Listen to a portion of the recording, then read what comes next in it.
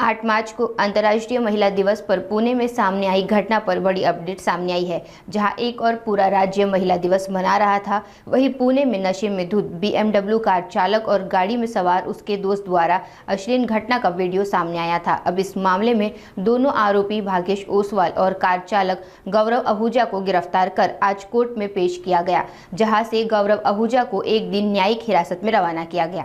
त्याच्यामध्ये FIR मध्ये सुरुवातीला सर्व सेक्शन जे होते ते बेलेबल लावले होते। त्यानंतर या ऑफेन्सला सिरियसनेस देण्यासाठी त्यांनी एक सेक्शन 65 जो आहे तो नॉन बेलेबल सेक्शन ऍड केला आहे। त्याच्यामध्ये आमचं कोर्टाला हे म्हणणं होतं की सेक्शन 65 हा लागत नाहीये, त्यामुळे विचार करावा आणि आम्ही जामीन द्यावा।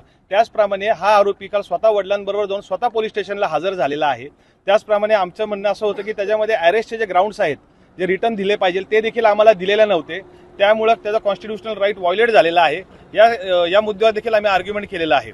आणि अशा सिच्युएशनमध्ये की माझा रोल जो आहे तो फक्त गाडीत बसलेला होता, मी गाडीतनं बाहेर देखील उतरलेलो नव्हतो, त्यामुळे कुठलेही सेक्शन्स मला ऍप्लिकेबल होत नाही। आहूजा नावाच्या आरोपीसाठी मी कोर्टामध्ये रिप्रेझेंट केलेलं आहे। त्याला काल पोलिसांनी त्याला अटक करून आज सकाळी अटक करून कोर्टासमोर आणलं होतं आणि त्याच्यामध्ये त्याच्या कृत्याबद्दल काही बेलेबल सेक्शन्स ॲड केले होते, परंतु एक नॉन बेलेबल सेक्शन्स ॲड केला होता प्रोहिबिशन ॲक्ट प्रमाणे, परंतु तो लागू होत नाही हे आम्ही कोर्टाला सांगितलं होतं।